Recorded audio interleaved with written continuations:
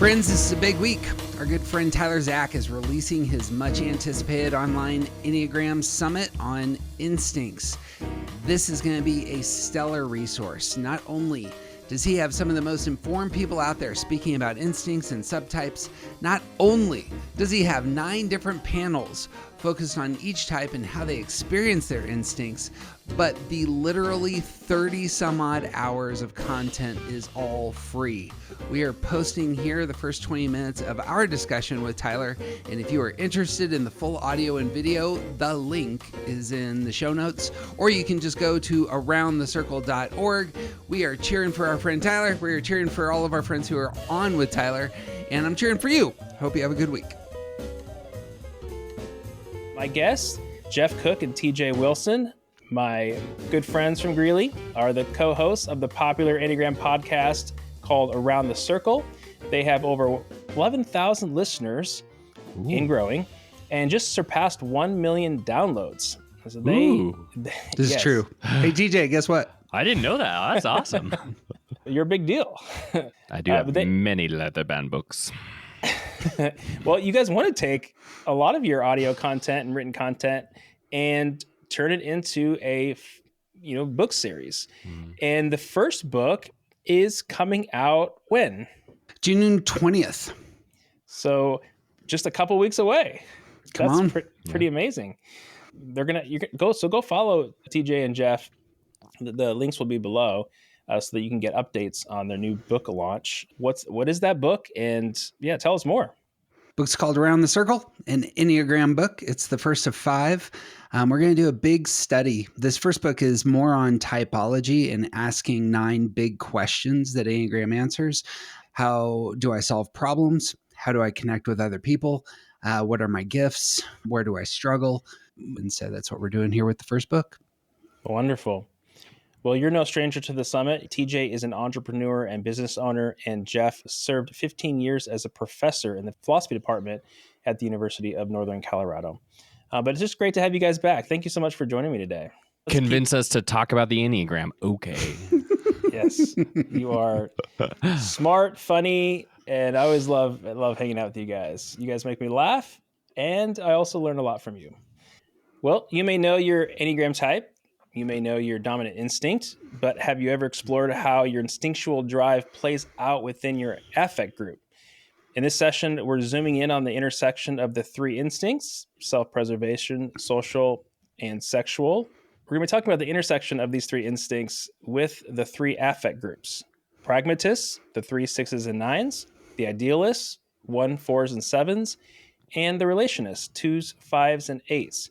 So stay tuned if you want to learn what affect groups are, why they matter, and how they overlap with your dominant instinct to give you fresh insights on your relationships, your social energy, and growth steps. Before we get into how the instincts overlap with affect groups, can you just walk us through what affect groups are and why they matter? I know some people watching today may not even be familiar with many of the triads or understand their significance. So can we start there? You want me to go? Yeah, go. Affect groups are about how we connect in Enneagram language. Interestingly enough, each of the types has a strategy by which they connect with other people. Some people give gifts, 2s, 5s, and 8s. Some people create atmospheres, 3, 6s, and 9s. And some types pull you into the things that they are about, 1s, 4s, and 7s. And so that big idea undergirds a lot of the Enneagram. There are some Enneagram theorists who actually start here. Dr. David Daniels, for example, starts with affect groups. A lot of the best literature in psychology, modern psychology, actually parallels what we see here. So if you jump into some psychological theories like object relation theory or self-determination theory, lots of literature that seems to point to the same sorts of ideas going on here in Enneagram in terms of how we connect with others in the world. That's good. You guys are really good at explaining those things pretty clearly. Now, do you want to talk about instincts at all, or give us a preference on how you approach instincts? Since we're in a summit talking about subtypes and instincts, we're going to be talking about the overlap between instincts and affect groups. But any comments just on instincts and how you think about them? Like foundationally, both TJ and I kind of come at this from different places, but a lot of our views overlap. Big idea for me is that the instincts are social energy and they are distinct from Enneagram.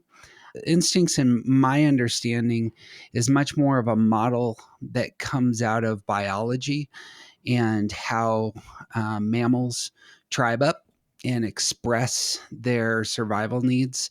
So we have instincts that go either inwardly or outwardly. And when our instinct for survival goes outward, it pairs with a community or it pairs with a mate or an individual. And those three ways of understanding how we naturally navigate some of the tools that we use for survival. Do I take care of myself? Do I take care of my partner? Do I take care of the group? Certainly overlap and influence our motive. And so it's entirely right to say, here's the instincts, here's the Enneagram, slam those suckers together. A lot of stuff comes out because instincts influence our motive so much. But I think it's really valuable to say these are clear and distinct spheres that can be talked about on their own and brought together. They don't overlap by necessity. We find ourselves sort of not at odds, but in a different kind of place from a lot of people in the Enneagram community where we, and part of this is because of me, because of how I experience my own 9, instincts. rocking the boat always. We provide a lot of space for the idea that there is fluidity within the instincts, that there is not necessarily, like, it is not necessarily the case that everyone has one dominant instinct and like the instinct sandwich that a lot of people talk about. My lived experience is that there is a lot of fluidity within my own instincts. And so that's part of where we understand things to be and where we speak about them, from where we speak about them. Yeah. I think it's real helpful for folks to say that their instincts are tools that they can employ and use. They can strengthen them. They can be aware of when they're weak. And so I likewise like the idea of fluidity. And so for us, we don't think that your dominant instinct is part of your Enneagram type. You can say that you have a dominant instinct, but to categorize oneself as a self-pres 3 or a sexual 7, in our view, can be a mistake because of the nature of instincts being fluid. Mm-hmm. Yeah. So you think of them as gears or levers, right? So you're switching gears. Mm-hmm. And if you're doing that throughout the day or throughout the week, then you could see why you don't really land on the idea of like a static subtype, because that would change pretty quickly. So I understand where you're coming from. So when you're talking about the instincts and affect groups, you're going to be talking about like, what is that self-preservation? How does the self-preservation overlap with with each of the affect groups? If it were like dominant and front and center in your life today, is that how you would say it? Yeah, if like imagine that you had a piece of glass and it was green, and you had a piece of glass and it was orange, and you put them over one another, it would create a color. And say you switched out, the orange with a blue and you overlapped them, it would create a different color. And I think that's kind of what's going on. Mm-hmm. Your type, your Enneagram type, does not change in our view. It's static, it's fixed, it's part of the most core element of yourself. Your instincts, however, can be gears like a car. You shift into a gear or you put a new color in front of, the fixed lens that you are. Yeah, and affect is part of the Enneagram type. So 5s are always relationists, but they're not necessarily always self-preservation or anything else. So we have the opportunity to look at each of those instincts with the lens of the Enneagram type. And I think there's a lot of great overlap and learning that can come from that self-awareness. It's great.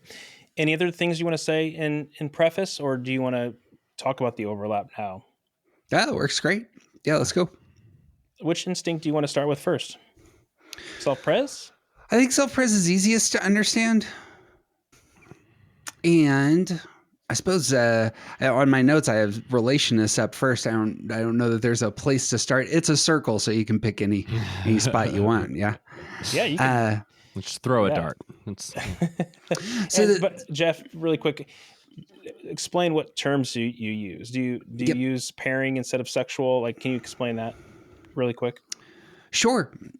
Well, I just for the sake of the EnneaSummit, I'm happy to go with sexual. I'm gonna set aside all of my the uncomfort it makes me feel. And Well, I think of just the push subtypes right in. I think of the subtypes as more static than you guys do, but I'm willing to you guys have been doing this for quite a while, and I happily lay that down, and we're having this conversation. So just want to point out the humility that's going on right now. The shared humility, As a reciprocal self-pres humility. 3 who doesn't want to look vain, I'm trying to act in my virtue and be more truthful and just say I'm being very humble. So it's part of my growth path.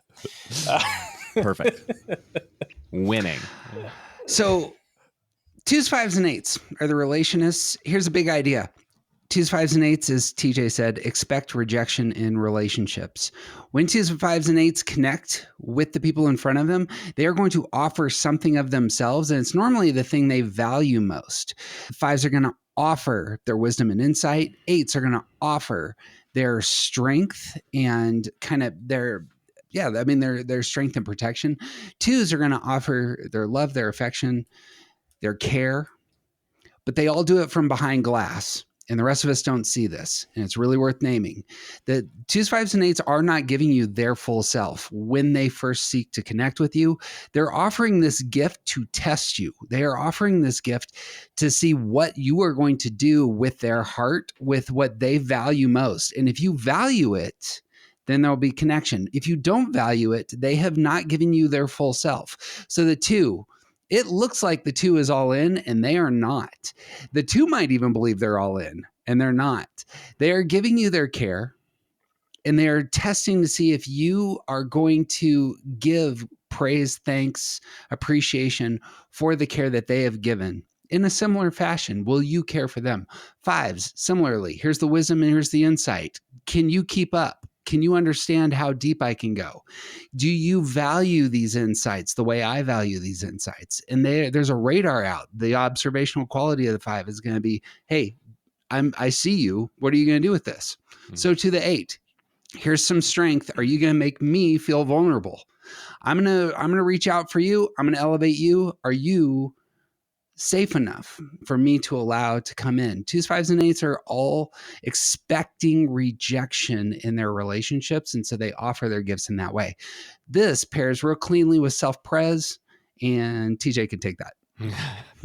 Well, over all of this, I've been thinking a lot about how the affect groups are about our relationships with other people. They're about how we are affected and how we affect the world. And the instincts as we see them are about that social energy. So the overlap, it seems like it's too easy, if that makes sense. Like, it seems almost sort of obvious. So the self-preservation instinct is about preserving the self. It's about keeping me alive. It's about protecting my stuff and the space that's around me to make sure that I can keep going, to make sure that my future is safe, that I am going to be able to navigate the things that are going around. So when we bring in this sort of expecting rejection interior life, and often very unconscious, but still relationists are naturally protecting themselves. So when this self-preservation instinct is sort of in charge, it's almost like it doubles down on that protection aspect. It's like the desire to protect myself is more intense. It's more active in order to make sure that these people who are probably going to reject me are going to be kept at a distance. And so they're less relational than perhaps other instincts, they're more restrained. This space, whatever it is that I'm offering, this space is to keep me safe. Now, if you're going to do something to get into that space, we're going to have some business. Yep. And I think even some of the offerings that are being given are almost to help maintain those barriers. Yeah, to build on that for real quick, for those who are self-pres dominant, the question, am I okay, is what's first. I check myself and then I check you. And so for 2s, 5s, and 8s, checking themselves comes first. And so when the gift is extended from a 2, 5, or 8, it's going to have some transactional quality to it. It may appear slightly distant. It may feel conditional. As was said, the doubling down on I might get hurt here is certainly going to emerge for 2s, 5s, and 8s who are self-pres dominant. What were the gifts again for the 2s, 5s, and 8s that they're wanting to give? 2s are gifting care, 5s are gifting wisdom, 8s are gifting strength. That's a quick shorthand. But you can see what they care about most, the life of the heart for the 2, the life of the mind for the 5, physicality and autonomy for the 8. I'm extending you agency, says the 8. I'm extending you insight, says the 5. I'm extending you, my love, my warmth, says the 2. Says the 2. But may not give it over in full. But the gift is there. And it's, again, they're reading the person in front of them to see if they're going to honor the gift that they're giving. And if they don't, they're going to move on, especially self-pres. And making sure that the gift that they are offering is not costing them too much. Yep.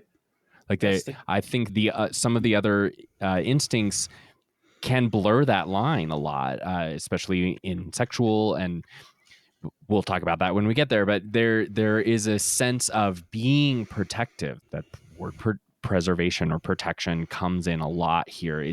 They need to make sure that whatever it is they are offering is not costing them more than they can handle.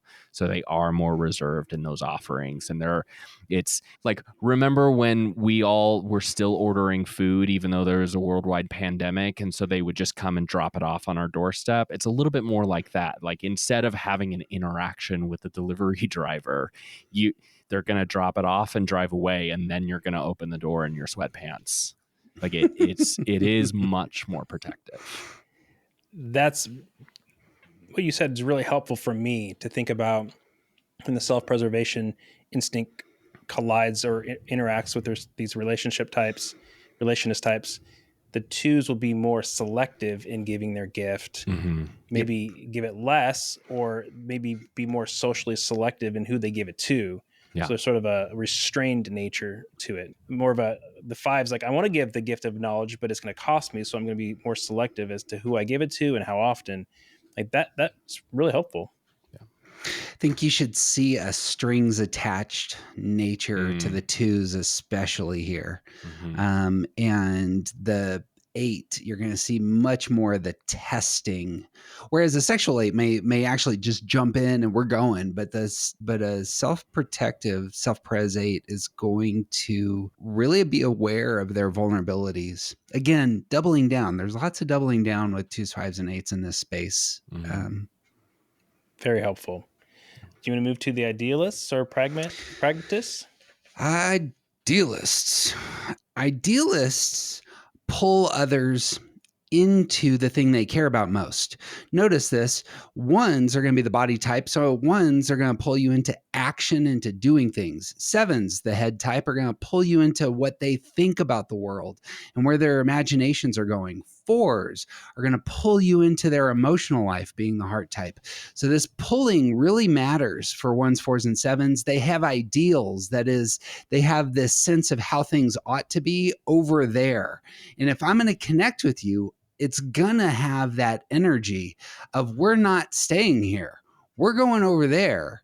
So for 4s, it may feel like they're staying there, but they're not. They're like, things are kind of dull and average here. Let's go over here where we, can experience the beauties, or I'm going to pull you into those experiences. The ones don't want to stay here. We're going to improve the world. Let's get this going. The sevens don't want to stay here. Let's imagine all the things that could be.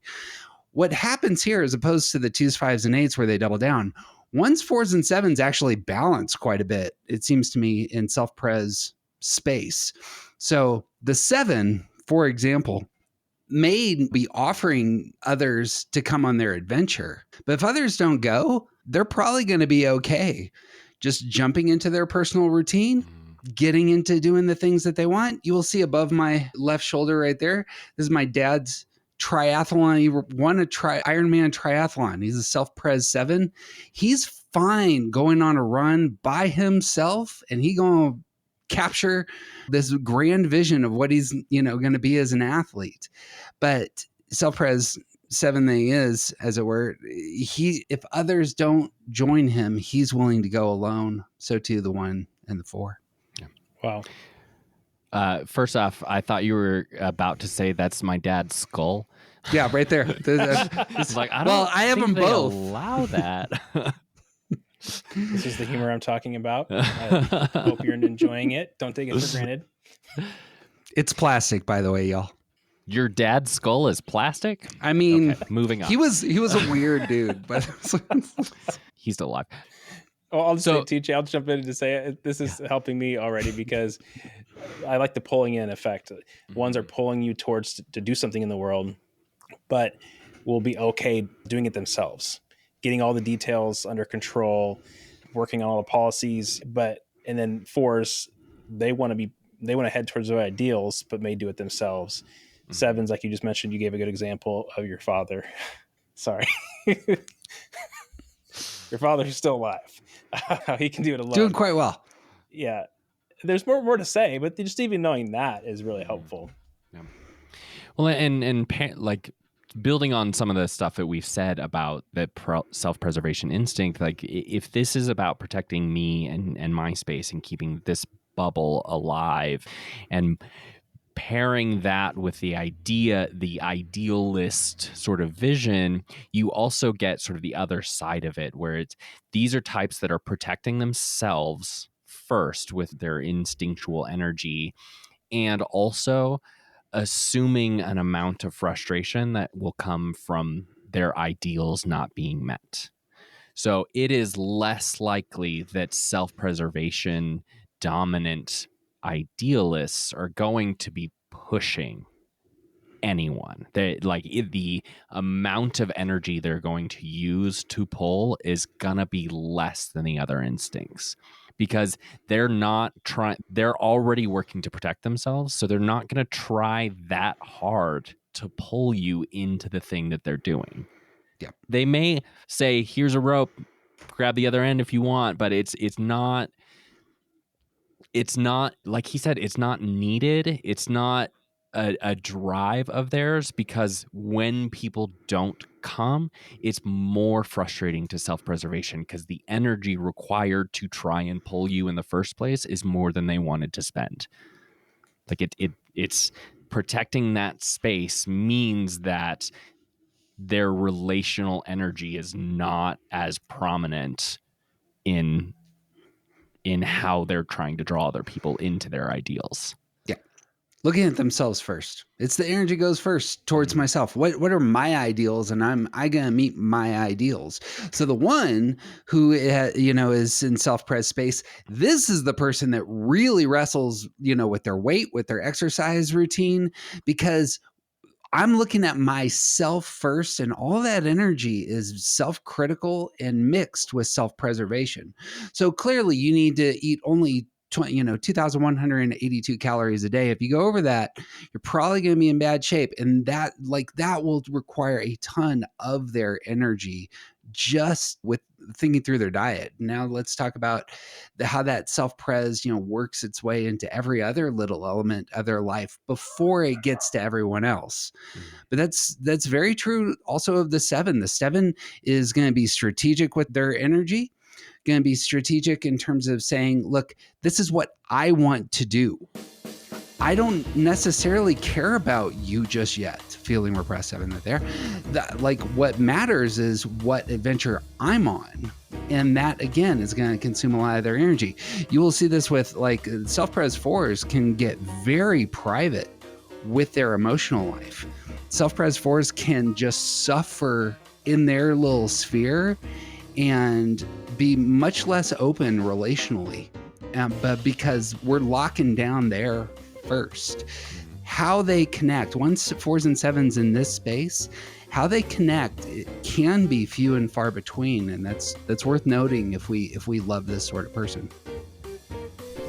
We got lots more to say on this topic. Again, the link to the EnneaSummit is in the show notes of this podcast, or you can go to aroundthecircle.org. You can get access not only to this interview in its entirety, but for the other, again, there's like 25 interviews, and these panels are super impressive. My wife was on one of the panels. There's like 5 people. So imagine this. Imagine that people are talking about their instincts. They're all 5s, but one is a socially dominant 5 and one is a self-preservation 5. And they're talking about the differences between their 5-ness. Really great material. So do check it out. Again, in the show notes at aroundthecircle.org. That's what I got for us today. May all good things, my friends, be yours.